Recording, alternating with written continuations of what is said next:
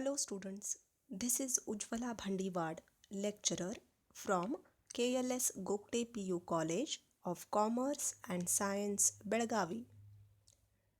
In the last class, we have started with the new chapter, that is Introduction to Arrays. Just let me recall about the arrays. First, let me define what is an array. An array is a collection of elements where all the elements belongs to same data type and have a same name. Okay, just I have given you one example. Suppose if I have 50 elements, okay, then all the 50 elements will be having same name. But if they have all of them have a same name, how should I able to call or access each one of them? By using their position. Okay, so in array every element is referred by the position. Okay, we know that in array the position begins with 0 and it will be non-negative integer value. Okay, so students, the array position is known as subscript value, or one more name is index value. Okay, we know that there are a few advantages of array. One is I can store n number of elements into the array. Okay, second thing is it is very easy. I can able to access any element from the array, and whatever changes I can make, I can able to make it. Okay, and store the large amount of data into the array. So hence we use the array. Okay, there are basically three different types of arrays. Okay, so last time already we have discussed. First one is one dimensional array, second one is two dimensional array, and the third one is multi-dimensional array. Students, one dimensional array already we have learned. What is one dimensional array? See, an array where each and every element is accessed by using only one subscript value, okay, is known as one dimensional array. Already I have given you the example also, that in one dimensional array, how we declare it, the one dimensional array is, we first specify the data type and then we write the array name, and we write in the bracket we write the size. Okay, the size of the array indicates how many elements we are storing it into the array. Okay, now students, in today's class, let us understand what is two-dimensional array. Okay, see here, two-dimensional array means it is a collection of elements where each element is accessed by the two subscript values. See students, in one-dimensional array, I have told you that every element is accessed by using only one subscript value. But in two-dimensional array, we are going to access every element by two subscript values. Okay, so how to declare this two-dimensional array? Students, syntax is important, so you have to remember for 1 mark point of view. First we write the data type and then we write the array name. You can observe here, okay, I have specified row size, again column size, in two different pair of brackets and ending with a semicolon. So this is how we declare the two-dimensional array. Okay, so here size indicates what? You can say here row size and column size. It generally specifies how many elements will be present in the array. Okay, let me take one example here. Here I have given two examples. Okay, suppose first example, if I consider int, is, you know that it is a integer, is a data type. It stores only the whole numbers. No fractional value is allowed. Then a is the name of the array. In the bracket I have given 2 and 2. One is row size, another one is column size. Okay, students.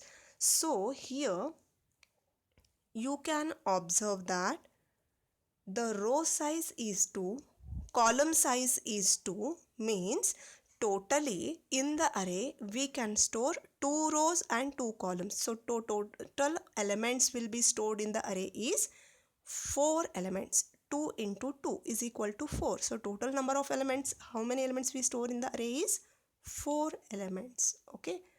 Second example is, suppose I have one more array. What is the name of the array is marks. Okay.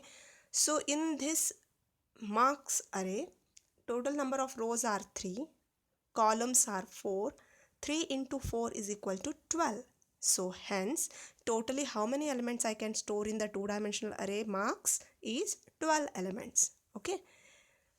This two-dimensional array represented as rows and columns, hence it is known as matrix array. Okay. Here you can see here, students, array name you can give just like any variable name. Okay, and the size indicates the total number of elements present inside the array. Okay. Now, students, let me give you one simple example here. You can see here,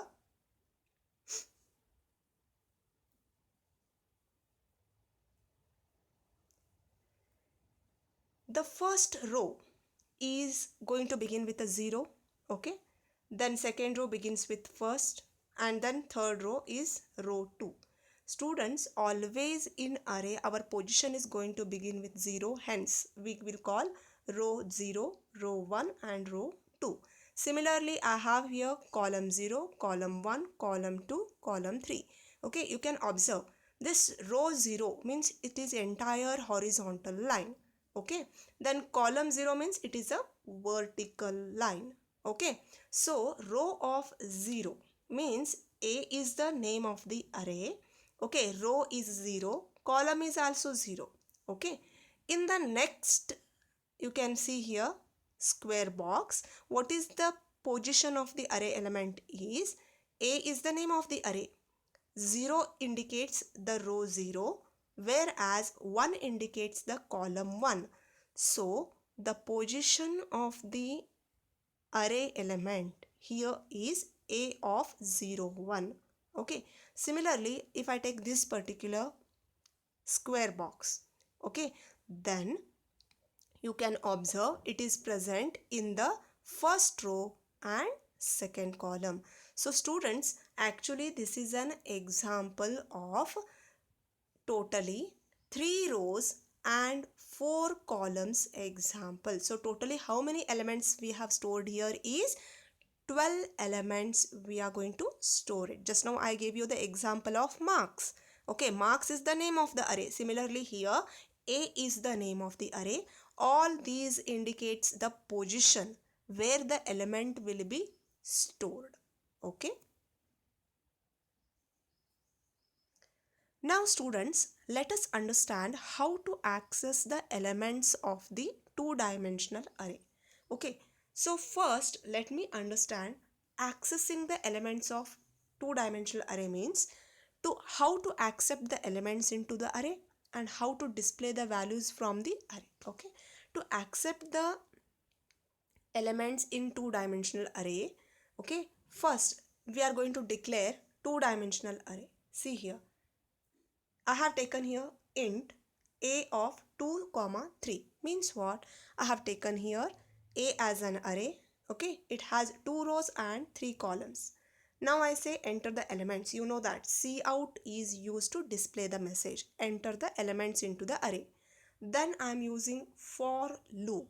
Okay, everybody know we use the for loop whenever we want to repeat.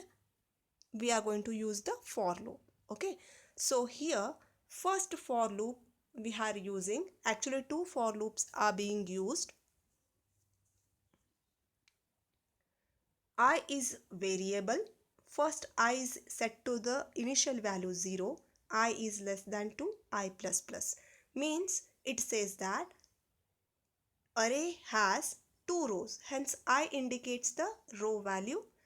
Then second for loop is going to be for the column value. So j is equal to 0, j is less than 3, j plus plus.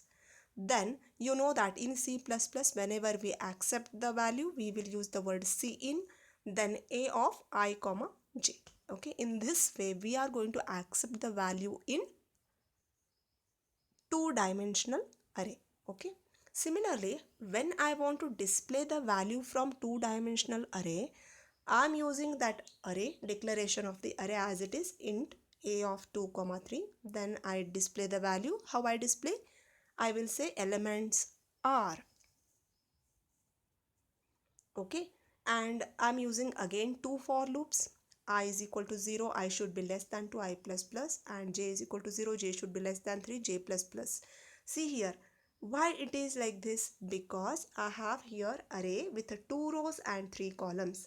I indicates the row value and j indicates the column value. Okay, then to display the elements, I am going to use the word cout. Okay, so cout a of ij. So students, for 2 mark, question will be asked how to accept the values in array, how to display the values in array. So you should know about this.